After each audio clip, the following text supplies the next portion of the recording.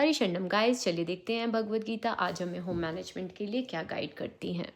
हर श्लोक को पहले हम देखते हैं, लिखते हैं ऑब्जर्वेशन ऑर्डर के एप्लीकेशन और प्रेयर क्या है था। तो सकाम कर्म समझते हैं कि क्या होता है। सकाम कर्म होता है डिज़ायर बेस्ड वर्क, जिसमें हम ये समझ रहे हैं कि मुझे कोई एप्रिसिएशन मिले। भक्ति भाव में कर्म क्या होता है कि मैं ये काम भगवान को समर्पित कर रही हूँ, ये मेरा कर्तव्य है, मीन्स अपनी ड्यूटीज समझ के करना। तो इस जो भक्ति भाव में कार्य होता है उसमें क्या मिलता है, हमें पीस मिलता है, स्टेबिलिटी मिलती है, सेटिस्फैक्शन मिलता है। लेकिन सकाम कर्म में स्ट्रेस, एक्सपेक्टेशन, फ्रस्ट्रेशन, क्योंकि हम चाहते हैं कि ऐसा हो and we don't know right, क्योंकि ये हमारी मेहनत पे डिपेंड करता है। अब फॉर एग्जाम्पल मान लिया आप खाना बना रहे हैं, सकाम भाव कोई मेरी तारीफ क्यों नहीं करता, भक्ति भाव में मैं ये सेवा भाव से कर रही हूँ, ये मेरा धर्म है। लेकिन सेम काम है, लेकिन फीलिंग क्या है वो बदल गई।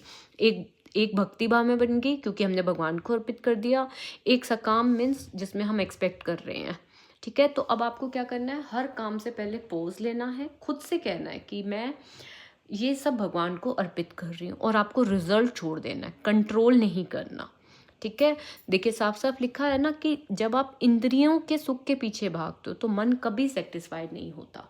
ठीक है, क्योंकि आप इंद्रियों के सुख कि ऐसा हो जाए ऐसा हो जाए, वो सेटिस्फाइड तो होता नहीं। लेकिन जब आप अपने ही कर्म को भक्ति बना देते हो तो वो आपका जीवन को उत्तम बना देता है। ठीक है, क्योंकि यहाँ पे लिखा है ना, ये देखिए कभी भी अपने आप को इंद्रियों में, जो भक्ति भाव में कर रहा है वो अपनी इंद्रियों को सेटिस्फाइड नहीं करेगा। ठीक है, आपको काम नहीं छोड़ना, क्या बदलना है, केवल और केवल भाव। और यही है भगवत गीता का सीक्रेट होम मैनेजमेंट के लिए। भक्ति भाव में और सकाम कर्म के भेद को जानिए और अपने हर कार्य को भक्ति भाव में बना दीजिए। अपनी इंद्रियों को तृप्त ना करके अपने हर कार्य को भगवान पे अर्पित कीजिए। ठीक है, इससे आपको स्ट्रेस नहीं होगा, आप अपना हर कार्य फोकस से कर पाएंगे। हरि शरणम, थैंक यू।